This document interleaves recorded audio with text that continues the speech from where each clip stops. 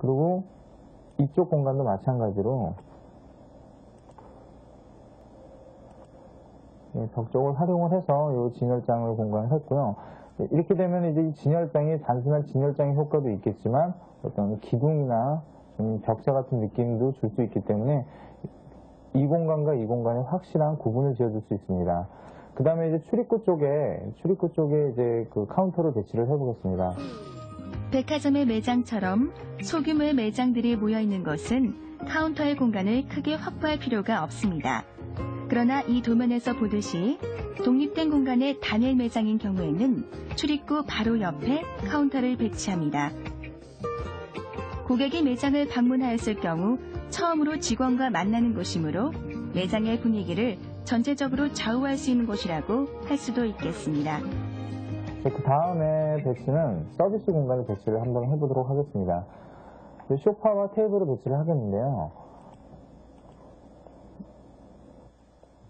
이게 저희가 아까 이제 계획 레이아웃을 잡을 때 지금 현재 이제 이 공간과 이 출입구 쪽 공간 그리고 이쪽 두 공간이 되는데 지금 현재 이 진열장이 들어감으로 해서 이 위쪽 특수 공간에는 배치가 곤란하게 됐고 또한 이제 그 휴식할 수 있는 공간을 아까 말씀드렸듯이 이제 특수 공간에 배치를 한다는 것은 이제 고객의 반감을 살 수 있기 때문에 일반 공간에 배치를 하는데 지금 이제 출입구 쪽에 배치를 하게 되면은 이런 식으로 되면은 일단 출입구에서 들어오자마자 동선을 한번 막기 때문에 이건 적절한 배치가 아니라고 할 수 있겠습니다.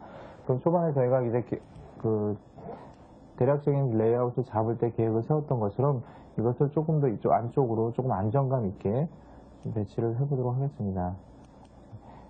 그리고 이제 이 정도의 배치를 정해놓고 물론 이제 소파와 테이블 같은 경우는 이제 유동성이 있기 때문에 언제든지 이제 필요에 따라서 옮기는 것이 가능하기 때문에 지금 현재 대략적인 위치만 확보를 해놓고요. 그 다음에 이제 이 브랜드에서 나오는 어떤 액세서리를 진열할 수 있는 진열대를 설치를 해보도록 하겠습니다. 다음으로 장신구를 진열할 수 있는 진열장의 배치가 되겠습니다. 처음 드로잉을 통해 동선을 기획할 때는 도면의 양쪽에 장신구를 진열할 수 있는 진열 공간이 확보됐습니다.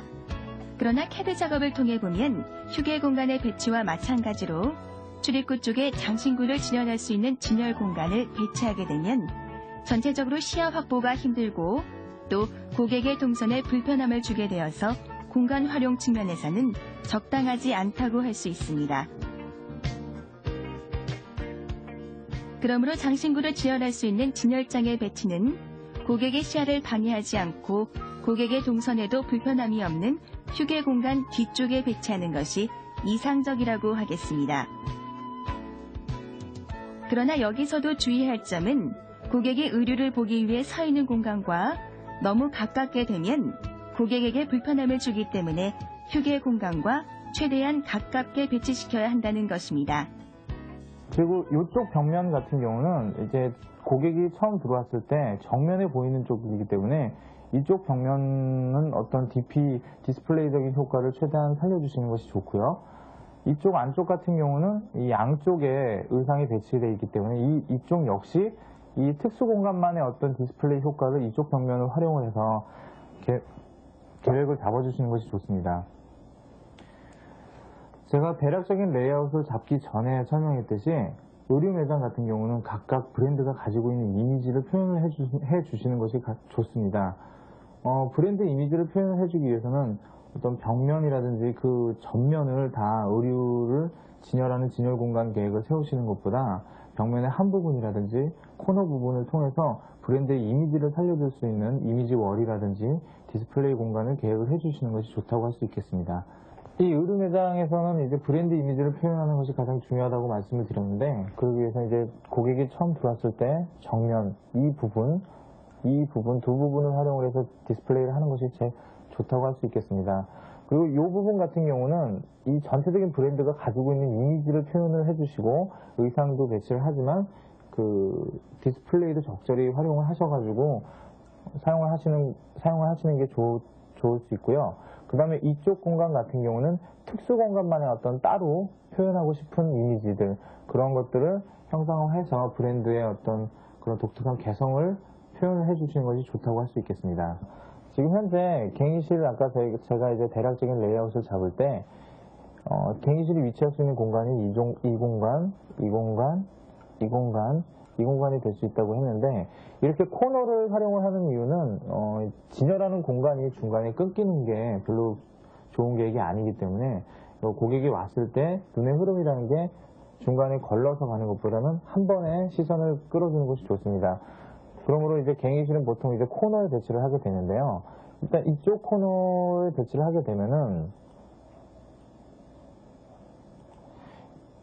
이쪽 코너에 이런 식으로 이제 배치를 하게 되면 방금 말씀드렸다시피 이 진열 공간이 이렇게 흘러가다가 이쪽에서 한번 차단되기 때문에 별로 좋은 방법이 아니고요.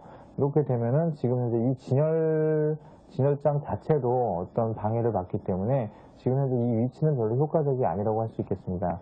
그리고 이 특수 공간이나 일반 공간 같은 경우 지금 전체적으로 공간을 분리를 해줬기 때문에 이제 특수 공간의 갱이실을 따로 계획을 하시고 일반 공간의 갱이실을 따로 계획을 하시는 것이 좋습니다.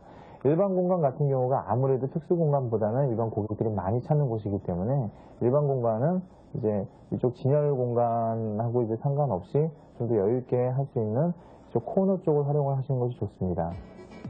갱이실의 배치는 고객의 시야 흐름에 방해가 되지 않는 곳에 위치하는 것이 좋습니다. 그렇기 때문에 출입구에서 가까운 곳에 배치시키는 것이 좋은데요.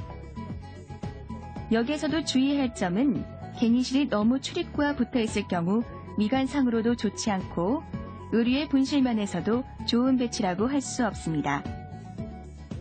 그러므로 출입구와 가까이 배치하되 너무 떨어져 있지 않은 곳에 배치시키는 것이 좋습니다. 갱이실 옆에는 독립적으로 의류를 진열할 수 있는 공간을 두어서 이미지를 표현하면 되겠습니다. 이 공간의 경우 연속되는 의류 진열장의 개념보다는 좀 더 파격적인 이미지를 연출하여 공간을 배치할 수도 있겠습니다. 출입구와의 거리를 조금 두시는 것이 좋고 이 독립